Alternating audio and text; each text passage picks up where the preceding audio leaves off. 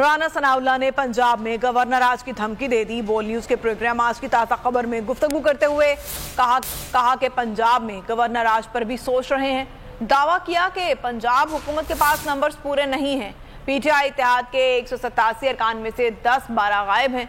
राना सनाउल्लाह ने दावा किया कि पंजाब असेंबली में ऑपोजिशन को 179 अरकान की हिमायत हासिल है। ऐसी सूरत हुई भी कैंडिडेट जो है वो अक्सरियत हासिल ना कर सके तो गवर्नर राज का ही ऑप्शन जो है वो आईनी जो रास्ता है वो यही है। तो इस सिलसिले में जो है वो ये सारे ऑप्शन जो आईनी है लीगल है तो उनके ऊपर हर वक्त गौर होता है और होना चाहिए। टोटल इनका नंबर जो है वो 187 है जिसमें से 10-12 लोग शॉर्ट हैं।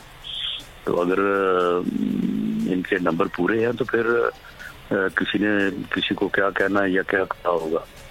तो ये दोनों चीजों में इनके कॉन्ट्राडिक्शन है। तो वो इनके पास नंबर पूरा नहीं है। अगर इनके पास पूरा होता तो ये मात्रा वोट ले लेते। हमारा जो नंबर है 179 वो कल पूरा था, आज भी पूरा है। जूता क्लब